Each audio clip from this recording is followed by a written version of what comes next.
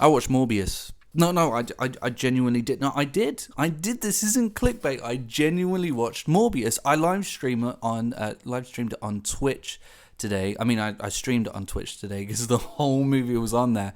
Unfortunately, because I did that, I didn't want to support a Jared Leto film, but unfortunately, because I did it that way, I had to listen to some Ben Shapiro ass bloody incel cracking mid 2000s zingers and just screaming into the mic because he thought he was the funniest man alive. And in actuality, I think a piece of cardboard would be funnier than this twat. At one point, he genuinely ate mac and cheese on the mic during the film. But I might actually come back to that. But I want to talk about Morbius. Obviously, I want to talk about Morbius in this video. Morbius. Yes, I watched it. I promise. I would be very interested to see a alternative reality where this film released in the mid to late 2000s, specifically, I'd say sort of between 2007 and 2009, maybe 2005-ish. And yes, this echoes a lot of the sentiments a lot of people had for Venom, and myself included. I thought Venom felt very old as well, which is, I think it's the same studio, right? Morbius. It feels old. It feels like a very, very mid to late 2000s film. Particularly with the hoodie and the face down, eyes up. That was a huge trend in the late 2000s. And just overall with the film, like there's a lot of like lab stuff, a lot of sciencey stuff. The protagonist is very clear and very obvious and presents themselves. The film isn't very deep. The cinematography feels very mid 2000s as well. The lighting feels very mid 2000s, with the exception of some of the night scenes. The way the city is lit feels more sort of present day. But it just feels very flat, as a lot of mid-2000s films felt. If you go back to that era, when I think of the mid-2000s, I think of a lot of throwaway, forgettable films like Transformers, Ghost Rider, stuff like that. And when I think of those films, they just feel so flat to me. Like nothing big happened, nothing impressive or important happened. If you look at like Guardians of the Galaxy, which was 2014, and that is quite an old film, but there's so much that I can pick apart from it and grab from it that was like so impressive and cool and great, and all the shots are so like textured and deep and colorful and bright, and it's great. But with Morbius, it feels like the complete opposite. It just feels like there's so much in this film that's so interchangeable from 1,000 other films from the same era. Notably, not a film. I can't believe how on the nose this is, but if you've ever played, and I played a lot of it, the 2009 game Prototype, if you've ever wanted to see a film adaptation of that game, this is as close as you're ever going to get. This is very, very close to a film adaptation of Prototype, which is weird because it's not billed as that. It's not even close to that. They were both comic book series, so it's weird that they would be so similar. But this really is Prototype, the film adaptation. It's set in a very similar looking city. The powers are very similar. The way he flies, the way he has claws, as he did in Prototype, the way he darts from person to person to person. He's very fast. He walks around with a hoodie. He walks around in the city under the shadows, like on the bus, in darkness. The female protagonist also kind of feels a lot like, was it his sister or his girlfriend in Prototype, if you can remember that game. But most importantly, some of the shots are even lifted straight from Prototype. And I know these are just like generic New York shots from the time.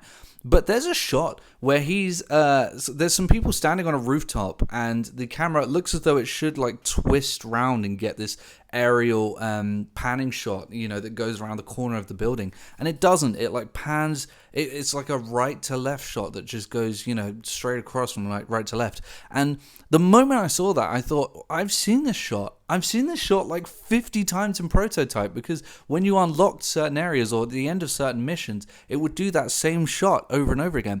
Identical to the shot that I saw in Prototype. And, it's just... And the powers that he has, they have like these floaty, smoky, wispy bits that come off of him every time he uses his powers. That is identical to Prototype. And I really want to say that. This film feels so much like Prototype. Now, Prototype is an enjoyable game when you go back to it and you play it. It's also very outdated. And I think I think I feel exactly the same way about this as I do about the story and the presentation of Prototype, where it's like, this is alright. I've seen it so many times that it's just completely passing me by. And that might even be why it feels so flat, because everything is just so predictable and mundane, and it's just that the city feels everything. Like, if you told me this film was made in 2005 or 2007 or 2009 at the latest, I kind of would have believed you. And, to an extent, that's okay. I genuinely felt nostalgic watching the film. I felt nostalgic watching this movie that was made a couple of months ago, or released a couple of months ago. But I definitely expect more. And I can't help but watch a Marvel film and compare. I know it's not Marvel Studios, but I can't help but see a Marvel film and compare it to other Marvel films. This is exactly how I felt about Venom, and it's how I feel about this.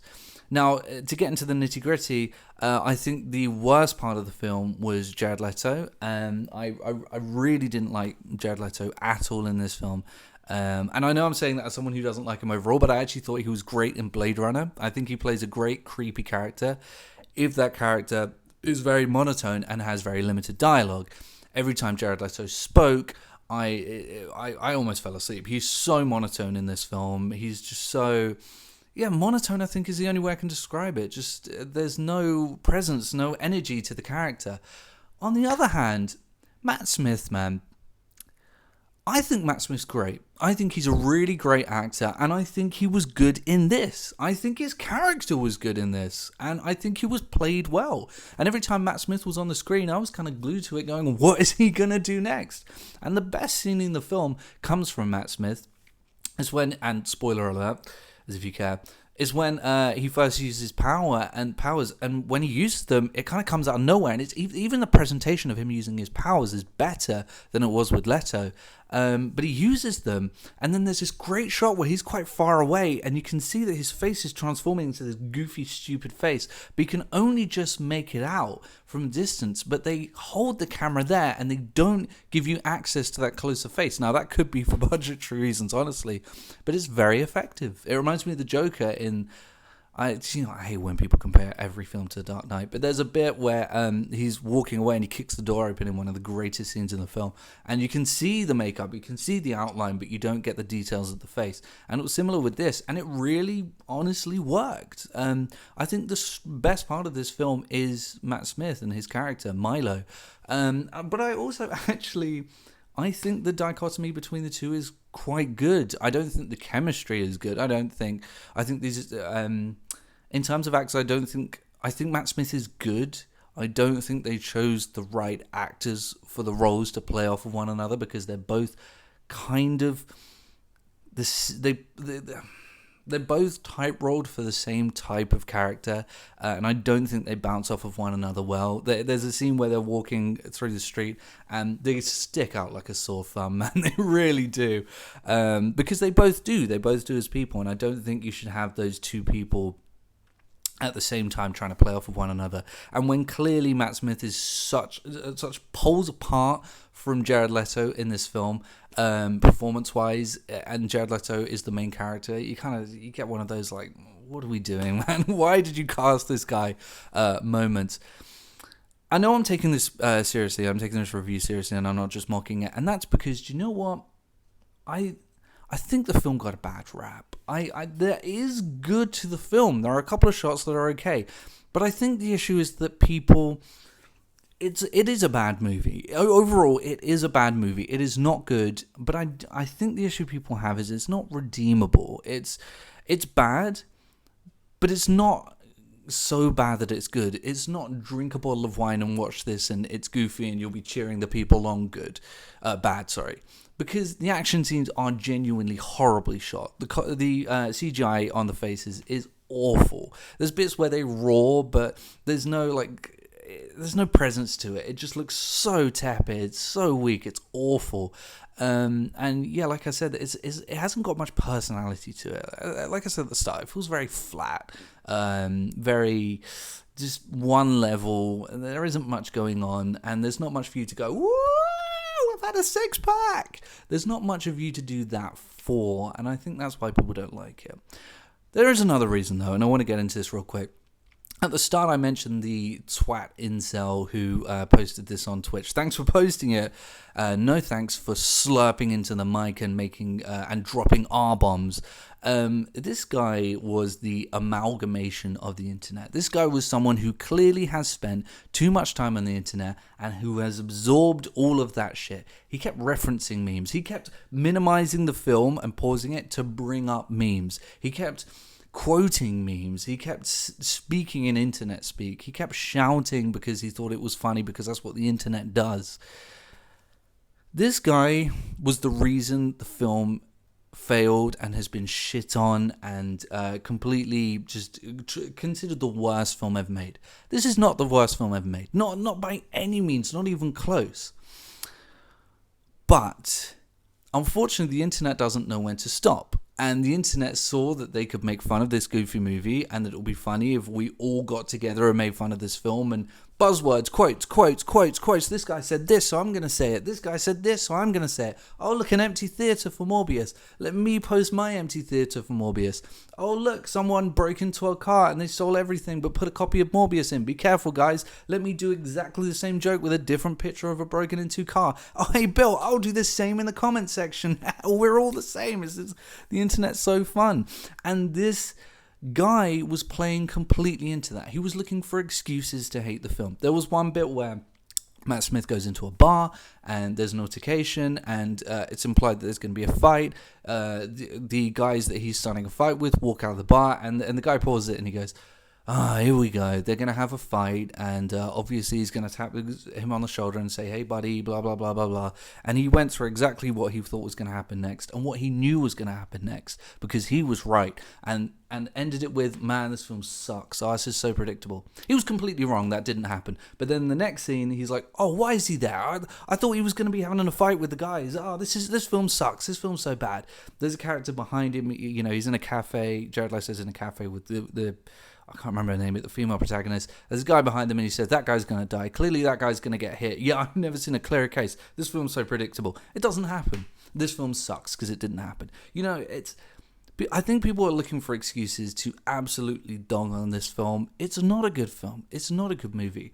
But to be honest with you, I had more fun watching this than I did Captain America 1. I have more fun watching this than a lot of films, honestly. I mean, it's goofy and it's stupid, and it doesn't have much of a redeeming quality, but it's not to mean I hated it. I didn't hate it at all. I've seen many, many worse films than this. I've seen every 50 Shades film. Need I say any more? You know, do I recommend it? No. Is it good? No. Is it bad? Yes. Is it the worst film I've ever seen? No. Is it the worst Marvel film I've ever seen? No, honestly, no. I think there are worse Marvel films. I think I had a better time with this than I did with Venom 1. Matter of fact, I might have had a better time with this than I did Venom 2. I really didn't like Venom 2 at all. So, that's Morbius. It's a bad movie, but it's not as bad as the internet wants it to be. But anyway, I guess I'll see everyone later.